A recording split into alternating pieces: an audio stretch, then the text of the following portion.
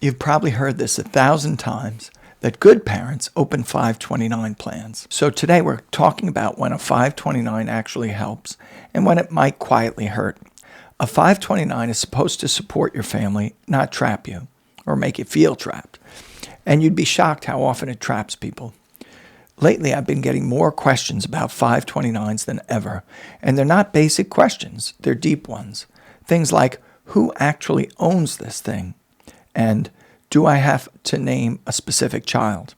Even questions about Medicaid and long-term care, like from grandparents. Is this going to hurt my chances of getting Medicaid nursing home benefits someday? Those questions tell me parents aren't confused.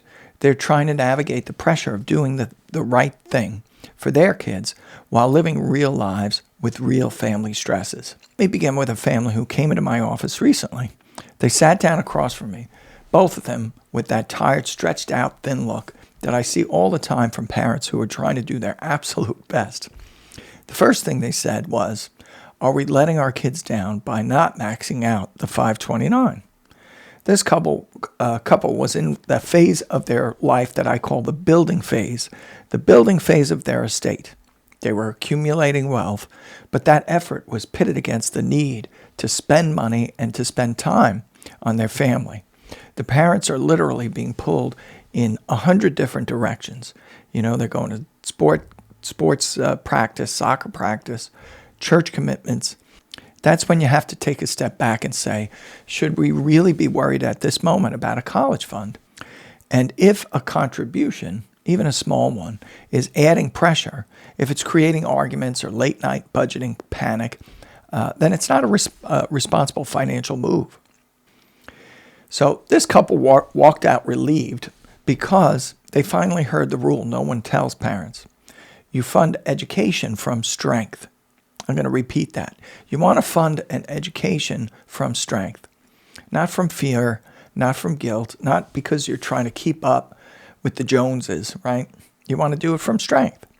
Let's get honest about the 529 plan. It's sold as the gold standard, the thing responsible parents do. But here's the truth from years of doing this work. A 529 is not a college plan. It's a tax strategy attached to an education goal. It only works when the rest of your financial house is already in order. Most families don't open a 529 because of math. They open it because of emotion, a little guilt, a little fear, a little social pressure, a hope that if the money is locked away, they won't touch it. And look, that doesn't make you a bad parent. It makes you a normal parent. But it also makes the 529 very easy to misuse. Your household stability is the best college plan you will ever create. I'm going to repeat that. Household stability is the best college plan you will ever create. It's better than prepaid tuition. Stability, a sense of stability for your children, will fuel their success far better than money for tuition. It's even better than compounding interest, better than tax-free growth. Kids thrive when their homes are warm, predictable, and regulated. The research on this is not subtle. It's very, repeatable, consistent, good, solid, evidence-based. Kids who grow up in chaotic homes with financial tension, emotional volatility, or chronic stress, those kids have a harder time regulating themselves. And low self-regulation predicts the exact outcomes parents are trying to avoid: money trouble, rocky relationships, mental health struggles, and difficulty launching into adulthood. So when a parent asked me, should we max the 529? What I'm really hearing is, if we do this, is our home still going to be okay? Because if maxing the 529 destabilizes your home even a little bit, then the strategy is backwards.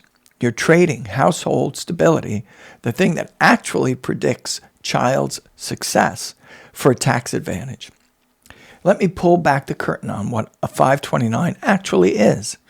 It's simply an investment account with tax benefits if the money is used for education. That's it.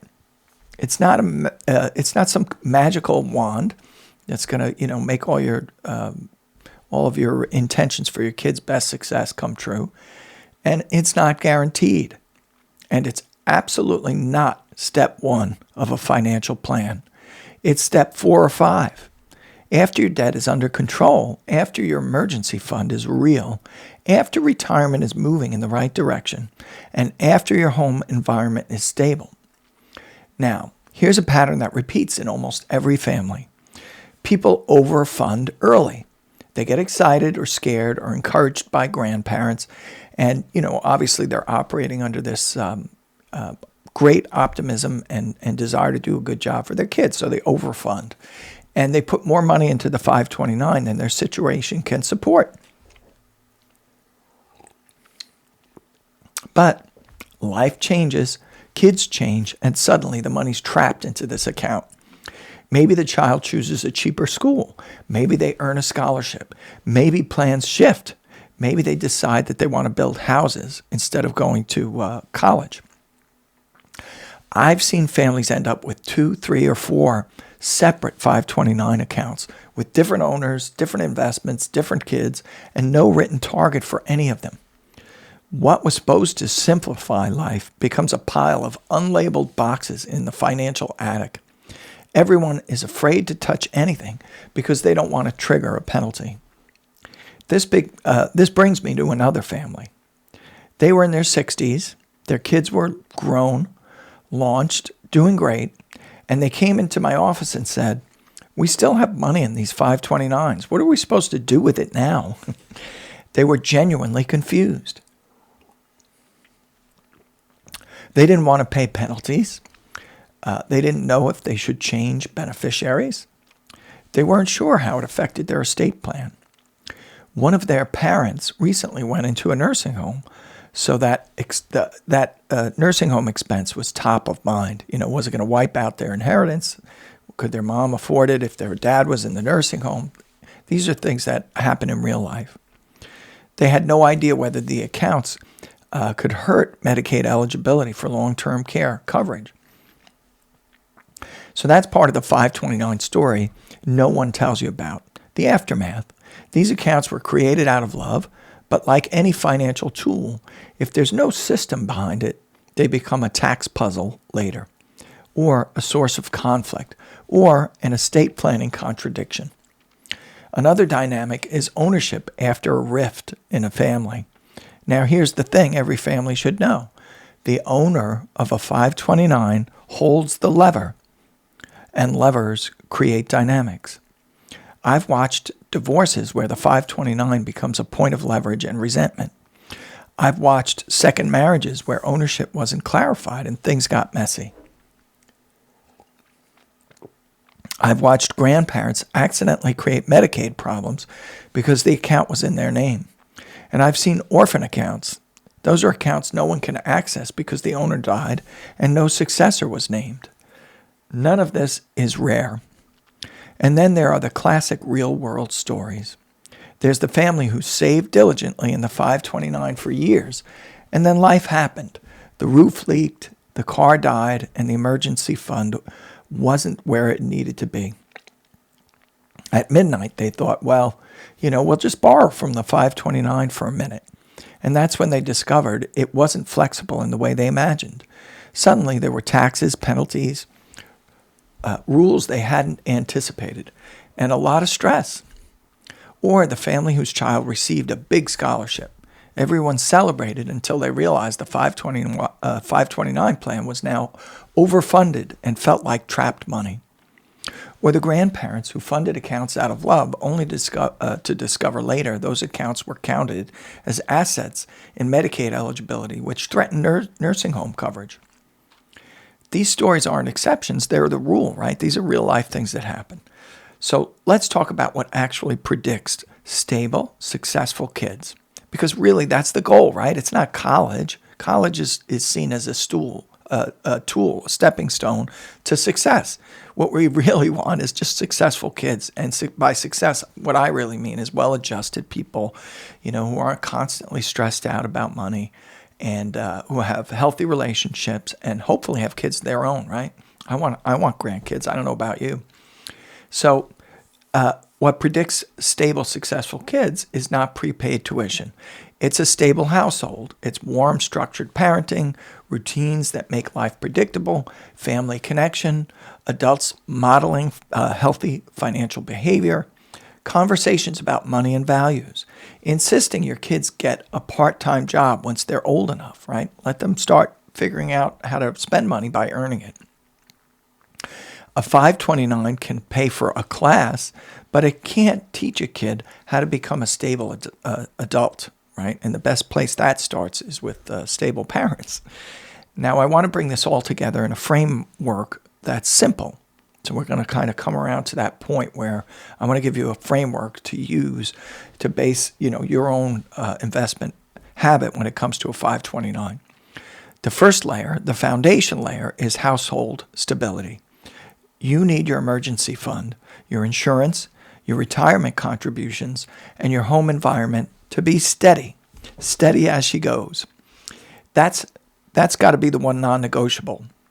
Once that's in place, then we go to layer 2, right? The second layer is modest, automatic 529 contributions, amounts small enough that they don't create strain. But think in the back of your head what kind of family you grew up in. Did they value college? Did college actually become, the norm? Or did they succeed in other ways? That should come into play. I have people come in all the time who are really self-aware, and they tell me, my parents did this and that. My grandparents did this and that. They lived to a certain age. They were healthy, or perhaps they were, got Alzheimer's at an early age. Well, there's also family culture that talks about college or education, how they value it, how they value entrepreneurialism, or if they like to, just have a steady income and then concentrate on other interests. So your family culture is really going to play a role. Contributions you can maintain even in a tight year, right? So no matter what kind of contributions you make, those small, steady, automatic contributions should be maintainable even if you don't get a bonus at work that year. Contributions you don't want to fight about, right? Then the third layer is the advanced stuff. Coordinating with grandparents, setting written targets, choosing one primary account owner, naming a clear successor, and making sure the 529 lines up with your overall estate plan. Remember, it's a piece of a holistic estate plan. It's not like this little add-on thing. If you're already in a situation with multiple 529s or overfunded accounts, the solution is to inventory everything, consolidate where appropriate, and make the ownership chain crystal clear. And let me speak directly to the most common family I see. You're in your 30s or 40s, you have 2 young kids, you're earning a good but stressed income, your mortgage is meaningful, child care is absolutely draining, retirement is happening but not maximized, and your emergency fund is, well, let's say it exists, but maybe not the way it should be. That's the average American upper middle income family. For that household, the right 529 contribution is one that doesn't destabilize anything. It needs to be small enough that you could keep it going through a normal bad month. And it should increase later when childcare drops off or income rises. Good planning is about sustainability, not speed. If your situation is leaner, earlier career, or more stretched, your 529 might be smaller or put off until later. If your situation is more comfortable financially, you may be able to do more, but you still need to accommodate contributions and avoid accidental overfunding. This is the part parents find relieving. Your value as a parent is not measured by your 529 balance. It is measured by the environment you create every day, the dinners you show up for, the routines that you build, sustain, and maintain, the way you manage stress and the money in front of your children. And after all that, after the pitfalls and the stories and the psychology, here's the clean, simple way to use a 529 optimally. Again, use it from strength. Set a target before you fund it. Contribute automatically and modestly. Keep ownership simple. coordinate contributions. Use the age-based investment option unless you're truly going to manage it. And make sure the 529 is integrated with your estate plan so it doesn't become accidental power later. Most importantly, do not lock money away for a foreseeable problem. If the roof is old, if income is unstable, if childcare is high, if retirement is behind, those are signals to stop and reassess. The most powerful college savings plan your child will ever have is a stable home, a predictable home, a home where the adults regulate themselves and their finances, a home where money is handled with clarity, not stress. That, more than any investment account, is what creates financially competent adults. I'm Jesse Bifulco. If you know a parent who's feeling the 529 pressure right now, share this episode with them. Thanks for listening, and I'll see you next time.